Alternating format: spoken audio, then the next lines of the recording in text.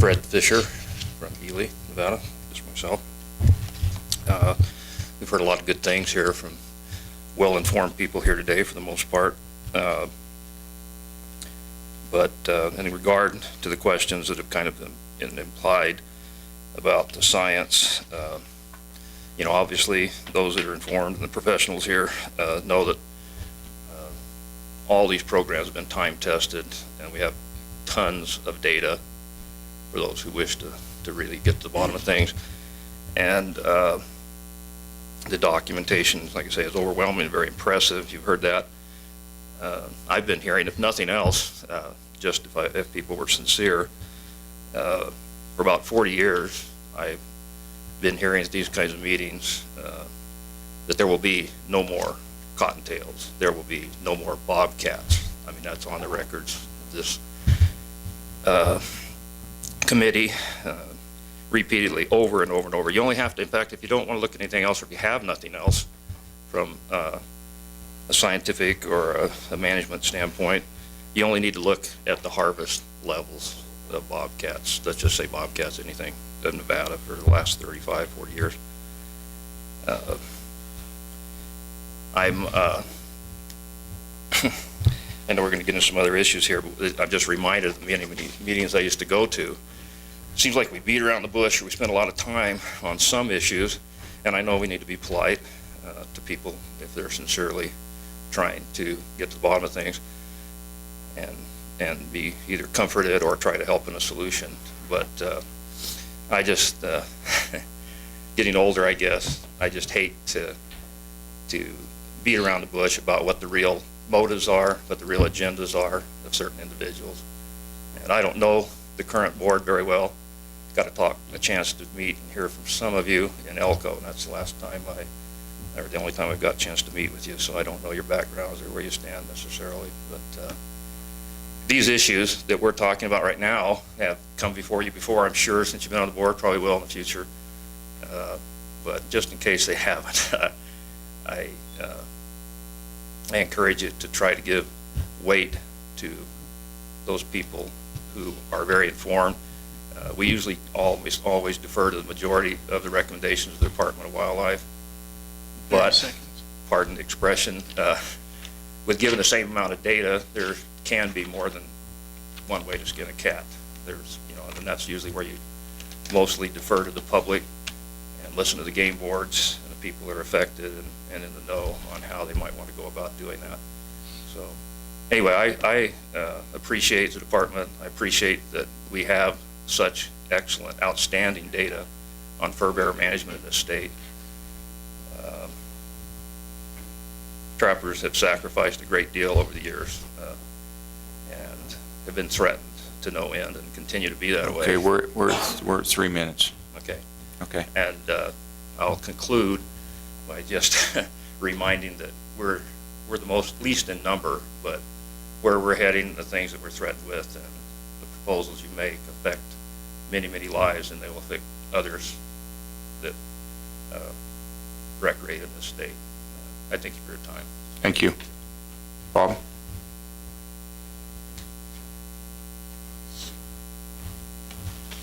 Thank you, Mr. Chairman. For the record, Bob Brunner. Just wanted to say that, 6 years ago we tried this. We had excellent outcomes on all objectives, so I think we should be able to do it with the splitting the bobcat and the gray fox start dates. Thank you. Come on up.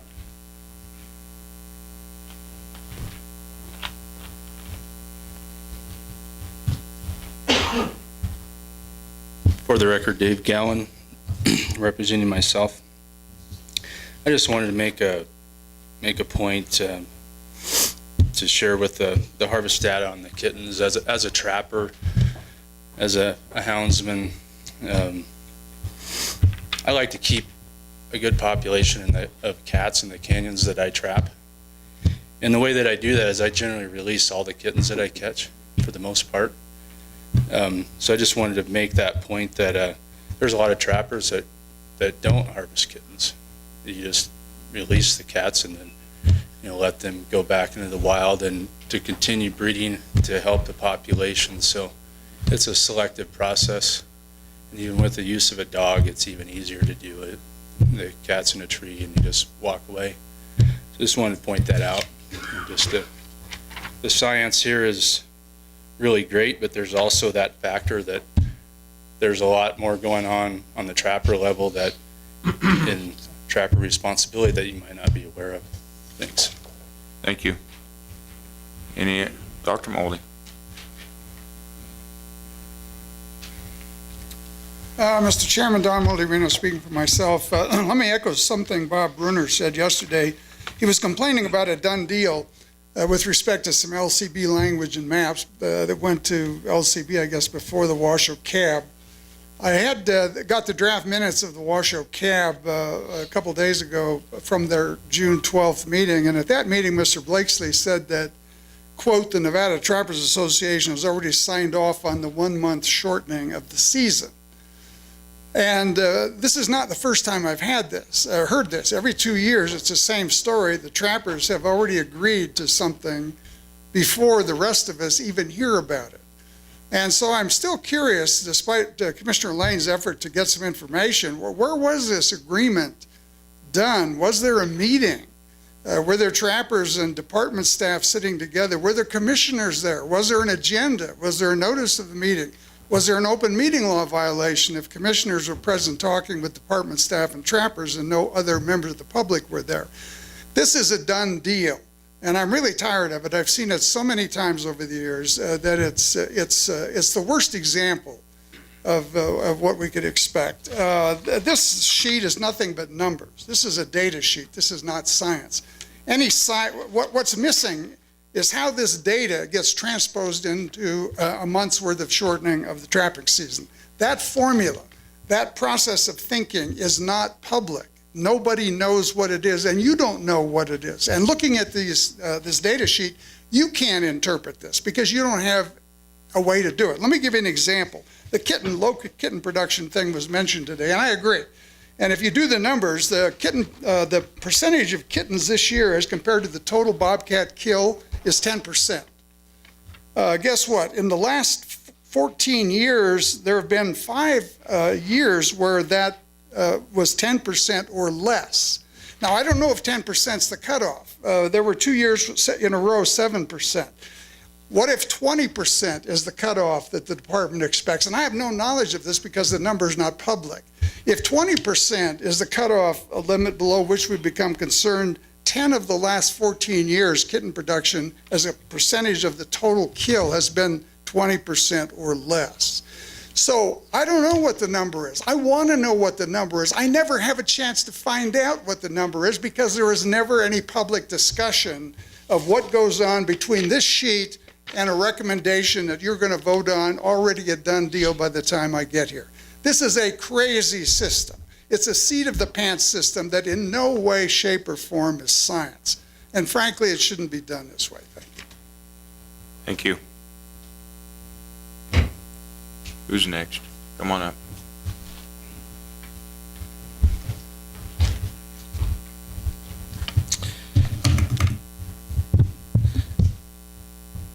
When we're going to stand up and we're going to point out the inconsistencies we hear. Can you please Linking. can you please I'm state your sorry, name for the Richard Paps for myself this time, not with the group.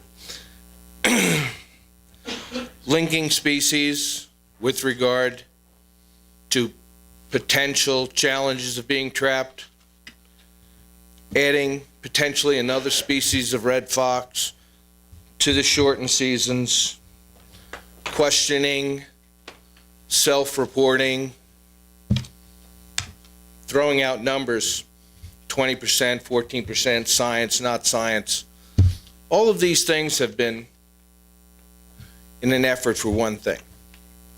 They're not interested in whether there is an actual need to prevent a gray fox from being trapped with a bobcat, whether the red fox should be with the gray fox, whether there is or is not something in a journal somewhere regarding self-reporting, or the doctor's interpretation of the science.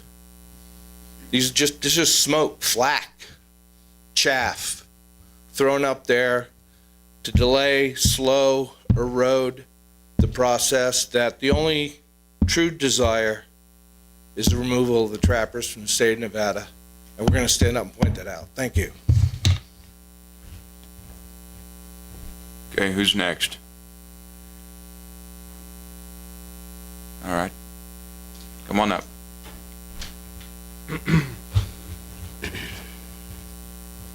Steve Nelson, Churchill County. As far as when we had a meeting about agreeing with Fish and Game was at our board of directors meeting. Nobody else needed to be involved but the trappers. The 21st of February, I would like to see the closing date for Bobcat. That gives us 2 weeks to trap without interfering with the chucker hunters around the guzzlers or elsewhere where there's big concentration of chuckers. Thank you. Thank you. Anybody else? Seeing none, I'll bring it back to the commission. Commissioner Macbeth. Oh, sorry about that. We're not going to read through cards, so if you got something to say, make sure you get up there. And while he's getting ready, anybody else in here want to speak, raise your hand so I know you're ready to go and get closer to the microphone so we can make the day go today. Jed Ryback for the record. If this wasn't science and this stuff wasn't correct, we wouldn't have any cats left in the state. And I think we're all missing the main point some people are trying to pose, and that's that they just don't want any animals killed ever, and it's very frustrating. Thank you. Anybody else? Okay, Commissioner Macbeth. You already spoke, so only one per time. Commissioner Macbeth. I would like Russell to address this reporting bias issue because I don't get it. It seems to me that a trapper brings the pelt and a jaw in, and so there's a seal. He cannot sell the pelt without the seal. He can't get the seal without bringing in the jaw. And Endow is the one that analyzes the jaw. And so the data, how can there be a bias in that data? And the only thing I can think of, which doesn't make any sense to me, is that, trappers are swapping out, jaws or something. I mean, what is the accusation being made here? Because I think that, and I haven't read this article on reporting bias, but I have a feeling that it's in a completely different context than what we're seeing here with how we do it for Bobcat. Could you comment? Sure, and I'll comment just to our process. The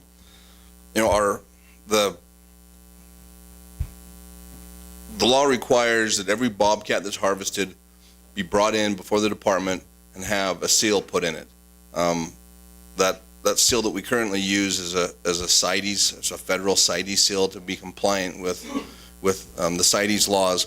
Prior to that, Nevada's law was still in place when we put a state seal on. So this process has been going on for a very long time. At that time that it's brought in for a seal, every bobcat that's presented they have to provide to the department harvest information on where that bobcat was harvested, their trap set information to harvest that bobcat, and then they have to provide the lower jaw of the bobcat. So we get a 100% reporting rate on legally taken bobcats in the state. And then the lower jaw is used by the department, and we determine the age data. So none of that's reported by the trapper. That's actually collected scientifically through a process of aging each and every bobcat. And we this last year we aged just under 3,000 bobcats. And that's an annual process. We do that every year and go through that process to get an age for each and every bobcat. We handle every jaw and get an age on it. So the only bias could be the location of where the take is, and I'm not sure. I mean, why a trapper would want to have bias as to where the cat is at. It isn't the most critical thing, the age in the science of how we are setting the season, shortening the season for purposes of limiting the take. Isn't the most critical piece the age? That's the most critical. There are other things that we look at. There's more data on this sheet than just age, and there's other things that we consider as well as production. But production's the primary one that we look at. Commissioner Drew. There's been some innuendo as to how this season date proposal got put forward. And I guess my very direct question to you is, whose recommendation is this? The recommendation for the Bobcats? As biologists, we have an annual meeting that we go over everything that's in this regulation today, not just fur bearers, but everything. And we all get together and we have a discussion. And when we discussed fur bearers, this data was available at that point in time. And myself and all the other biologists that are involved had a discussion about the data and the interpretation thereof, and came up with a recommendation. And at that meeting, the recommendation was actually December 1st through February 15th.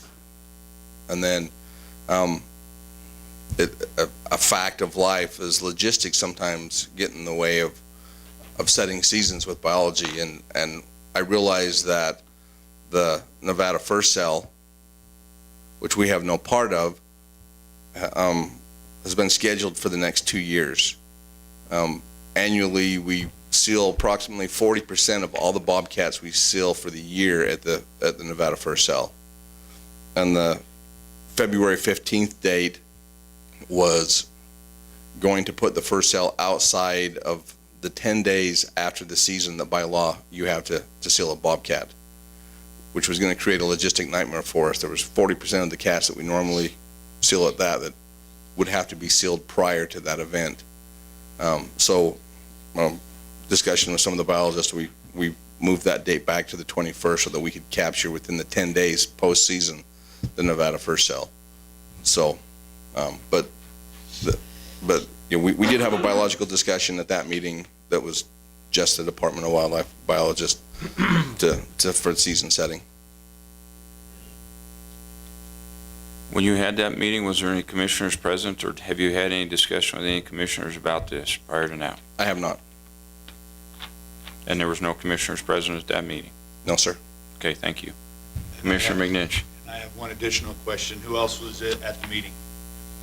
That was just a departmental meeting that just had the department employees. Okay. So apparently there was a meeting with the trappers subsequent to that, I guess. I have not met with the Trapping Association, no. Okay. I was just playing off of a comment that was made by one of the trappers that they had attended a meeting with NDOT staff, so that's your board meeting, excuse me, apologize. I think, so Russell, I guess I have another question then. If we back the date up to February 21st, why didn't we move the December 1st date back also? You know, we could have. I was just, my mindset at the time was just trying to get that date moved so that we could capture that first cell. It was 7 days. It was moved 7 days, and I didn't figure that 7 days would have that huge of an impact on what we were trying to accomplish. Commissioner Morai. Thank you, Mr. Chairman.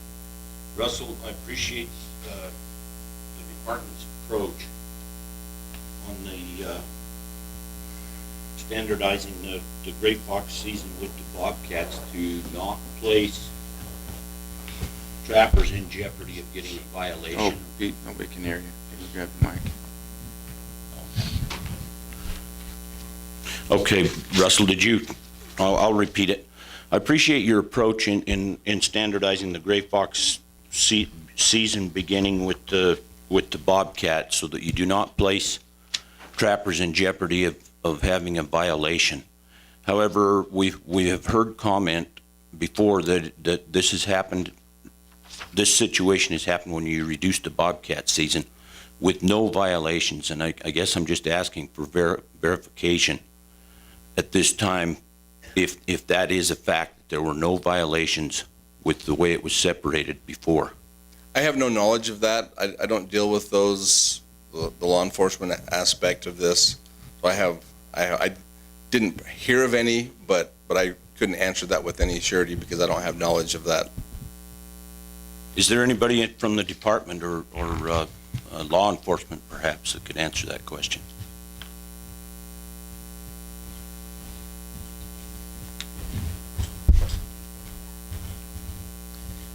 For the record, Paul Dankowski, Acting Chief Game Warden. I don't have that data with me.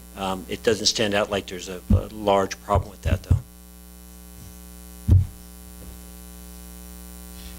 Okay, any other commission questions? Commissioner McNinch. Not so much questions, but Russell, I will say that I do appreciate the fact that the department is, the conservative approach to the gray fox and the bobcat seasons. And, I know we all struggle with the science. I mean, some of us are, and I'll probably say this again later on, and some of us look at the science in terms of why should we, can we versus why can't we, shouldn't we? And it just kind of depends on which side you're on. So the fact that the department's taken the position that it's in the best interest of the animal to be a little more conservative, and I appreciate. I know it's never easy to bring that stuff forward. So I do appreciate the thought that it's the conservative approach in that sense. Commissioner Drew. I guess just while we're on questions, I think Lincoln had suggested moving some of the sealing dates in Panaca, I think to the 25th and the 26th. And there's, from your standpoint, Russell, there's not an issue with that. Sounds like locally there wasn't. But. No, and if locally that's what the preference is, I understand from the board after they presented that information that they had spoken with the local biologist. Most of these sealing dates, I work very closely with the local biologist that will be performing them so that it fits within their schedule. And he said that the local biologist was fine with that change, and I'm fine with it. I see no problems. Any other commission questions or comments? Commissioner Bliss. Thanks, Chairman Rob. This issue's come. I addressed several trappers that I know that are not members of the Trapping Association. They're not anybody that will come to a meeting like this, and I see several faces in here that I haven't seen before that I know of trap lifetimes. And the gentleman that I talked, the group of folks that I had visited with about this, were in support of this season and the gray fox season and the bobcat season mirroring each other. With the experience I have with trapping, I do understand exactly what Russell says about these animals coexisting in the same rock piles and everything else. So I went into this kind of thinking one way, and then after hearing all the comments, and then after law enforcement stands up and says, we haven't had any violations, we haven't had any issues with it, I'm struggling with my decision and how to go about this, but that I would just hope that if this does pass either way, that it'll work for everybody in every situation. And I understand. I would like to go to a trapping rendezvous and figure out the different ways that you set traps to catch foxes and not bobcats and stuff like that. Because personally, I'm not really experienced enough in that to tell. But I think this has been a good discussion, and there's been a lot of good points made on both sides. Anybody else? Commissioner Drew. The only comment I'd have is on that gray fox season, I guess, at this point. And I don't have a problem with separate dates, given, kind of two different species. And I'm not a trapper, so I can't tell you how I would go about catching a gray fox and not a bobcat. But I guess to me, it's similar to if I'm going to go mountain quail hunting in a place that is occupied by Gamble's quail as well. If I get a perfect flush because my dog's made a perfect point, you shoot once. because the limit mountain quail is 2. And so until you absolutely know what you're doing, you take steps to mitigate your action. And I think we need to be very clear that if we separate these dates, it will be the trapper's prerogative to make sure they minimize the potential for that. And I believe they can do that, and I believe that they will, so I'm willing to support that, but with the understanding that let's do everything in our power to make that happen.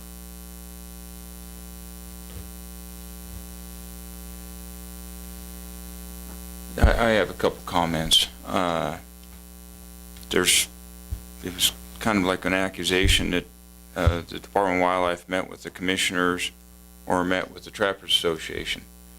And I believe the Trappers Association comments saying that they are in agreement with the shortened season of the bobcat season is just like Lincoln County Cab saying they're in agreement. That doesn't mean they met with. It means they're in agreement with what it is. There's no saying that there was a meeting ever occurred. There's some assumptions, and I believe those assumptions, by the questions we've asked today, have been put aside. And I want to make sure that I stress that I and there's not a member of this commission that says they've met with Russell or anybody else that has any type of agreement that this is a foregone conclusion. And the other thing I want to bring up is if I was a novice trapper, as Commissioner Bliss talked about, not knowing how to set for a gray fox or a bobcat, and we do split these seasons out, I'm looking at the merits right now. You catch a bobcat during fox season, and that bobcat's hurt, and you can't let it go, and you got to kill that bobcat. That's a 9 demerit violation.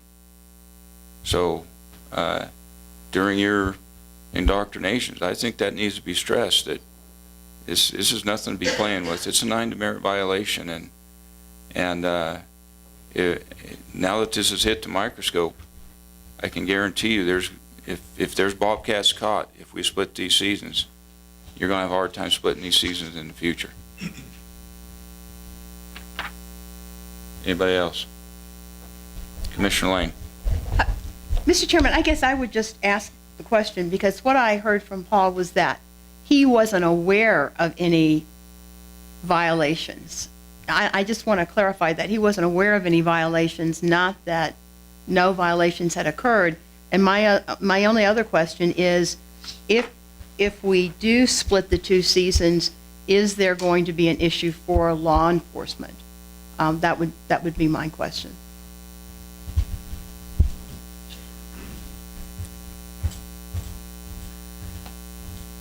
For the record, Paul Lankowski, Acting Chief Game Warden. The question is, will there be an issue?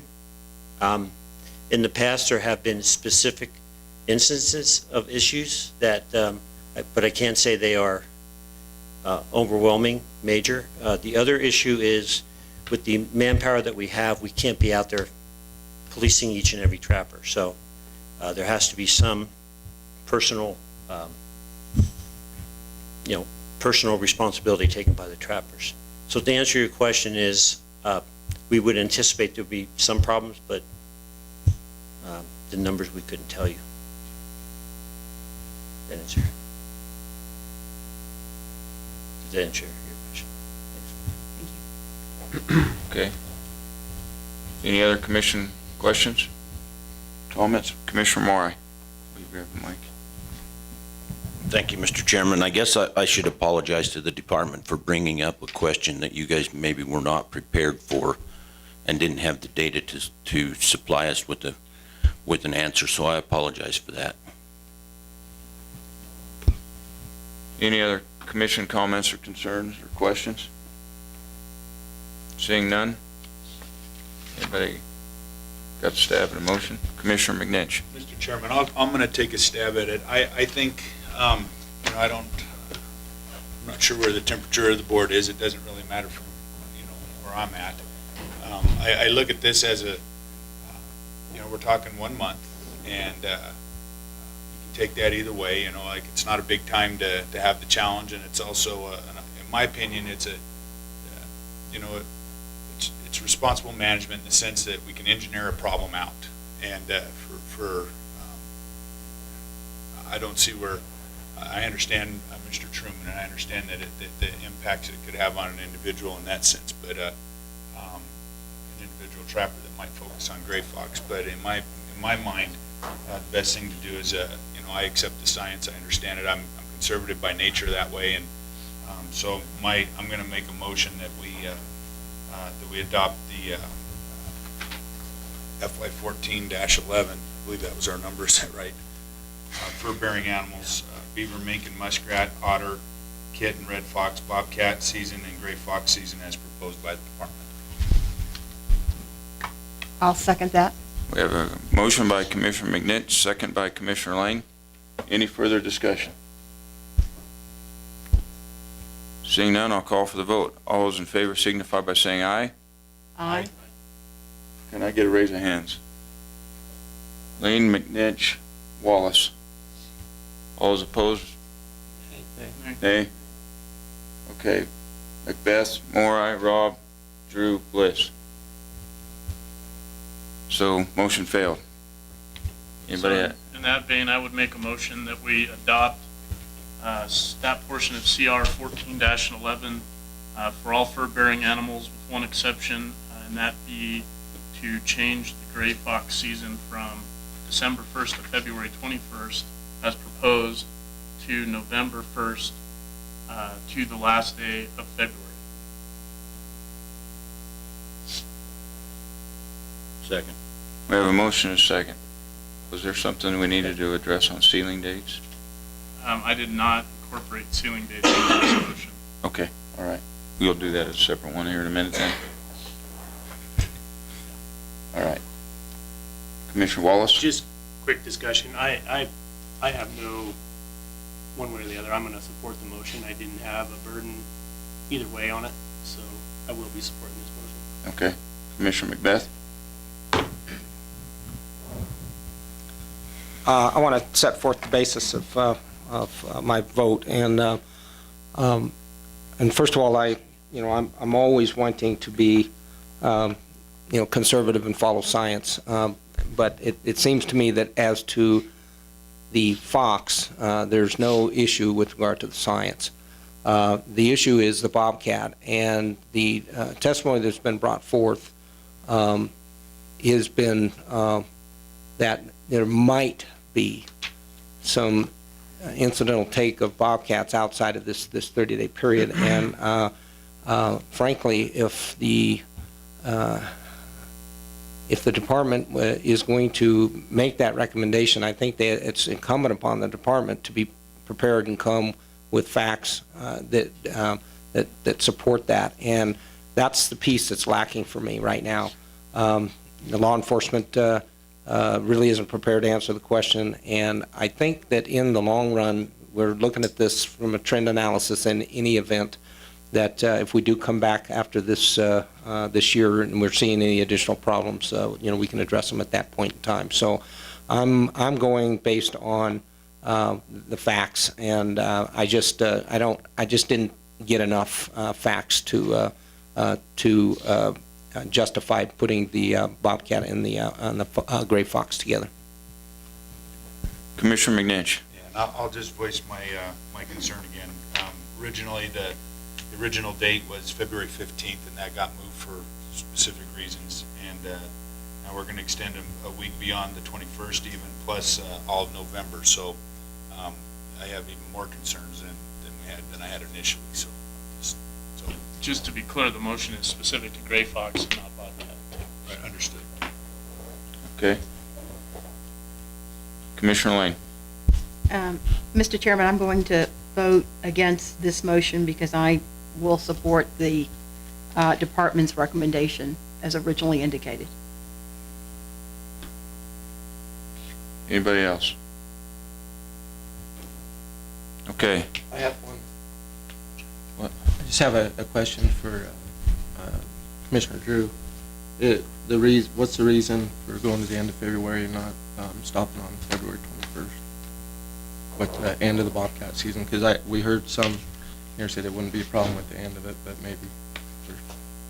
I guess my understanding is that was the season that we had the prior biennium. Russell, is that correct? So I guess the way I have structured this motion is essentially it's no change from the previous biennium, What you propose is from November 1st to the last day of February. correct. That matches the previous biennium. Okay, any other questions? Seeing none, I'll call for the vote. All those in favor signify by saying aye. Aye. All those opposed? Nay. Okay, we have 2 nays, McNinch and Lang.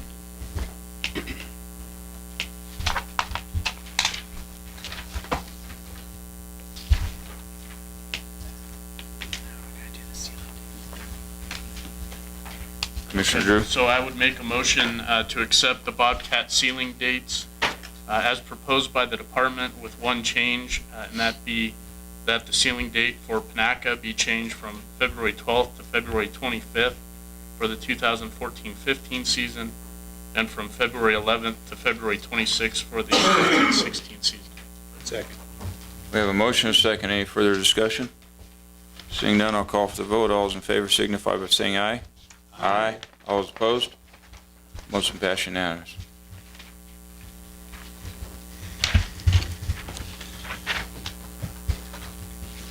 Migratory upland game birds, season and bag for American crow and mourning and white-winged dove. There's no changes to the American crow season from the previous biennium. There is a change, however, to mourning and white-winged dove. That season, the proposed season for the next biennium would be September 1st through October 30th, which is an additional 30 days on the mourning dove season. And the daily bag would be 15 with a possession limit of 45, which is an increase from 10 and 20 in the previous biennium. Those changes are in accordance with the federal framework. And for the last 40 years, nationally, there's been a coup count survey. Every year, Nevada's traditionally run 21 coup count surveys with biologists across the state for mourning dove. And the model that drives the framework for mourning dove was based off of those call counts. In the last few years, the model has been updated on the process. We're now in a banding process where we band mourning doves. Each state has an amount that a goal to band a certain number of doves depending on your state and your harvest rates. Nevada has been meeting and greatly exceeding that quota of 500. We've been banding close to 1,000 mourning doves annually for the last several years. And then the Fish and Wildlife Service has also added a parts collection survey, a wing-bee, on mourning doves. And with that new data and into the new model, we've moved from a moderate framework to a liberal framework for mourning doves, and that's why the changes. So it should make Clark County happy, because if this is approved, there will be hunting that first week of October for doves. Okay, any questions? Okay, any public comment? Seeing none, I'll bring it back to the commission. Mr. Chairman, Commissioner McNinch. I'll move to approve FY 14-11 migratory upland game birds, American crow, mourning, and white-winged dove seasons as proposed by the department. Second. We have a motion by Commissioner McNinch, second by Commissioner Drew. Any further discussion? Seeing none, I'll call for the vote. All those in favor signify by saying aye. Aye. All those opposed? Motion passed unanimous.